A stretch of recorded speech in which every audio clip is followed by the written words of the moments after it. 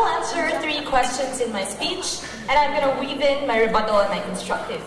Number 1, which policy reduces inequality in the justice system? I accept we're never going to fully reduce it. I think we should try to. Next, which factors come into play when deciding a pardon? Is it the benevolent mitigating circumstances they talk about? Or is it about wealth, the ability to mobilize resources, and connections to people in power? What is the effect on victims? What is the effect on access to justice and pursuit of justice? So which reduces inequalities in the justice system? Gemma gave a POI. I think they think it was smart, but it actually hurts them. The POI says, very few people have actually been pardoned. Our first response to that is, who are usually pardoned? We say these are usually the rich people. You know why there are very few people who have been pardoned? Because very few rich people have been convicted in the first place. It is hard enough to convict them because of the structural disadvantages in the law, which they happily concede to sit. If a lot of people have been pardoned, then those drug mules that you've talked about would have been pardoned too, right? But by you saying very few people are pardoned, pardon is rarely exercised, tell me, what are the chances of that being exercised to defend a poor drug mule when there was a miscarriage of justice? What are the chances of that being used on poor people? The fact that very few pardons have been used is because there are very few rich people to use them on, right? And why is that so harmful for a justice system? Because to inspire faith in that justice system, people need to hang on to these small and rare victories, right? These convictions are few and far in between, but they give people hope. And that's why a huge part of the Philippines was so disheartened and lost faith in the justice system because the only president, in fact high-ranking public official, to be convicted of plunder, Joseph Estrada, was pardoned. After that, what else do they have to hold on to? What else do they have to hope for? Right? But before I go on, yes? Alright, thank you. Next, which factors come into play when you pardon people? They try to wash this debate and confuse us, but we refuse to be confused, right?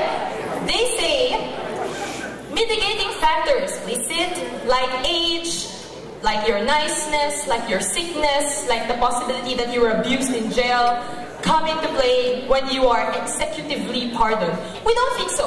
We think the justice system accounts for these things. The sentence you are given is already proportional to these mitigating circumstances. You raise them during the trial, not after the trial, friend. If you have special information to share or to give to reduce your sentence, you do that in the trial process. If you suddenly want to reveal something after you're convicted, you can try for an appeal. But you don't plead to the executive of the state. How many of us really have a hotline to the state executive? How is that fair? Not really. And then they say, but it's good for political stability because sometimes it increases support in your government or de-escalates tension when people are pardoned.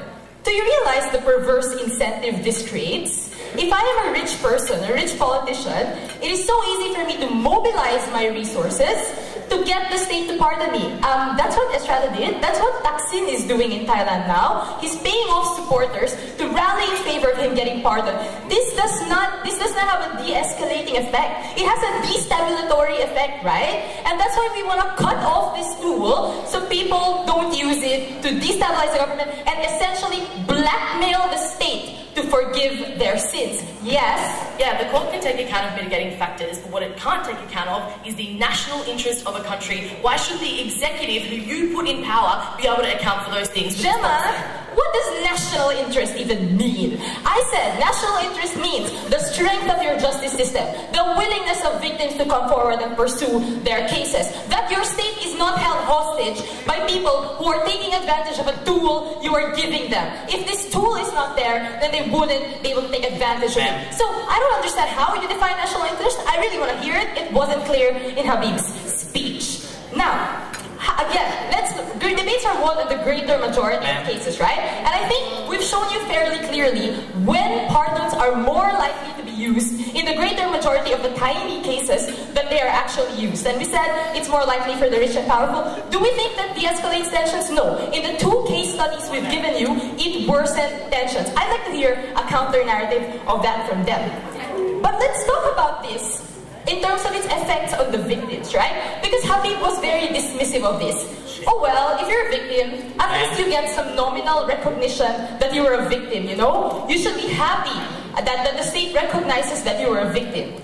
Never mind that a lot of these crimes are usually high-level crimes with huge multiplier effects on society, right? Corruption, plunder. When you steal money, you literally kill people because you kill healthcare systems, you kill education systems, and things like that. But that's fine. Apparently, victims are supposed to be content with a nominal recognition that a crime was committed. When you commit a crime against the state, I'm not sure how you're going to be able to financially compensate all the victims to justify your pardon. That's just not enough for us, ladies and gentlemen. We think that's really, really dismissive. But what is the impact on activist movements? What is the impact on victims? We told you how important symbolic victories are to those people, right? Yes, it's true that not everyone gets pardoned. That's because not everyone gets convicted. But as it stands, they're already fighting an uphill battle because they're structurally disadvantaged, right? Those people have rich lawyers. They have collusion with law enforcement agencies. They can threaten and intimidate people who bring forward cases against them. But what hope people have is the knowledge that there are some convictions that result in people landing in jail. There is no substitute for a nominal recognition that A, you did something wrong. The national catharsis that is generated by the image of this person in jail is essential to healing, is essential to believing in the justice system again, and it's a ripple effect because later on they'll be more willing to fight this fight and bring cases forward. They say some jails are not comfortable to some people. Well then, a jail is not meant to be comfortable if you're a criminal. But if your concern is prison abuse, that's an entirely different issue. If your concern is someone has really grave health issues, give them access to medical officers in jail.